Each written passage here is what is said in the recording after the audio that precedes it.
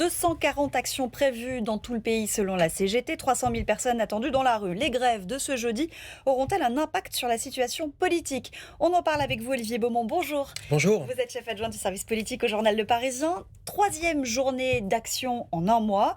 J'imagine très observée par les politiques. Est-ce que le pouvoir est inquiet ce matin?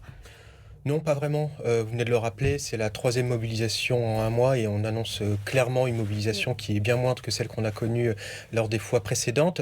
Même les syndicats, un taux dans le milieu enseignant, on annonçait 33% de mobilisation le 18 septembre dernier. Là, on s'annonce à un taux de grève de 10%, donc c'est bien moindre. On voit que c'est un mouvement qui s'essouffle pour plusieurs raisons. Les deux principales étant quand même le fait qu'aujourd'hui, ceux qui s'interrogent sur le fait de manifester ou de faire grève ou pas, ont besoin d'avoir un identifiant, en fait, une raison de colère à exprimer. Et dans cette période de trouble un petit peu, où on attend encore les arbitrages définitifs de Sébastien Lecornu sur le budget, manifester contre un budget qu'on ne connaît pas vraiment encore, c'est une difficulté pour mobiliser. Et puis deuxième raison, plus matérielle, mais aussi logique, pour ceux qui manifestent, ils ne sont pas payés. Et 3 jours de grève en un mois, c'est 3 jours de salaire en moins sur la fiche de paye. Donc, est-ce que le Premier ministre, lui, mise aussi sur l'essoufflement de ce mouvement pour éventuellement faire passer des décisions difficiles ? Est-ce qu'il y a une part de calcul aussi? Part de calcul, non. Lui, sa difficulté aujourd'hui, c'est d'arriver, plus politique, c'est d'arriver à ne pas être censuré lorsque ce budget sera examiné, et donc d'arriver à convaincre le Parti socialiste de ne pas mettre le pouce en bas et donc de faire renvoyer son gouvernement. Donc aujourd'hui, sa priorité, c'est ça, et c'est d'arriver donc à boucler ce fameux budget. Il y a un rendez-vous qui est important, c'est vendredi prochain, puisqu'il va recevoir les dirigeants socialistes. On commence à connaître là ces dernières heures un certain nombre d'annonces qui pourraient figurer dans ce budget et qui pourraient peut-être contenter la gauche. Sur la retraite des femmes notamment. Sur la retraite des femmes, sur la taxation des hauts revenus, sur aussi les revenus du capital. Donc il y a quelques pistes là qui commencent à être présentées au Conseil des finances publiques, qui est l'étape intermédiaire avant la présentation au Conseil des ministres. Donc là on est en train d'arriver dans un money time. Arrivera-t-il pour autant à convaincre la gauche? Quand on interroge aujourd'hui les cadres du Parti socialiste, ils disent qu'ils n'ont aucun contact avec Matignon et Sébastien Lecornu depuis plusieurs jours. Donc voilà, on attend vendredi, on en saura un petit peu plus. Si on revient à cette mobilisation, est-ce que son succès ou son échec pour l'intersyndicale peut avoir aussi des conséquences à la fois sur la nomination, sur le casting du gouvernement qui va être annoncé entre ce soir et dimanche, nous dit-on. Voilà.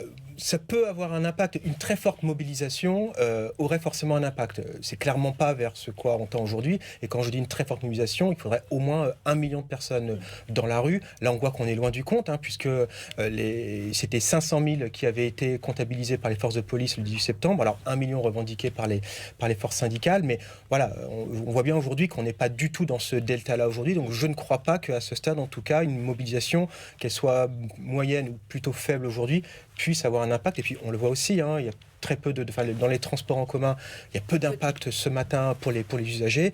Donc on s'attend à une mobilisation à minima qui ne devrait donc pas avoir d'impact sur les tractations en cours. La nomination du gouvernement attendue donc d'ici la fin de la semaine.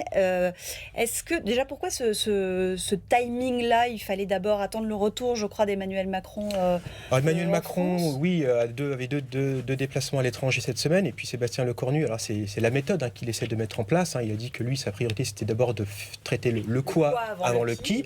Donc on est clairement dans cette séquence-là. Le quoi devrait s'achever d'ici la fin de la semaine, et donc on devrait arriver très vite au qui. Donc on nous annonce une nomination entre vendredi soir et dimanche soir. Moi, ce que je sais à l'heure actuelle, c'est que l'architecture gouvernementale, elle est stabilisée, elle est connue entre Emmanuel Macron et Sébastien Lecornu.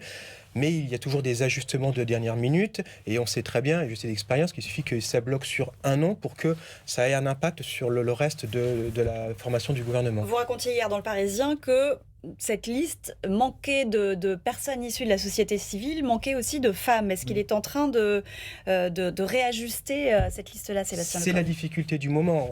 Alors, beaucoup de sortants devraient être reconduits, notamment sur les ministères régaliens, parce que le président de la République veut de la stabilité sur la justice, sur la sécurité, donc et Bruno puis Retailleau, sur l'étranger. Gérald Darmanin, Jean-Noël Barrot sont quasiment assurés d'être reconduits. A priori, sur les ministères qui ont connu beaucoup de turnover ces dernières années, notamment l'éducation nationale, 6 ministres en 3 ans, là aussi, il voudrait la stabilité, donc Elisabeth Borne pourrait être reconduite. Mais il y a une difficulté, effectivement, vous venez de la rappeler, c'est la présence de membres, de femmes au gouvernement. Il semble que le compte n'y soit pas aujourd'hui, en tout cas le compte paritaire, et Sébastien Lecornu y tient.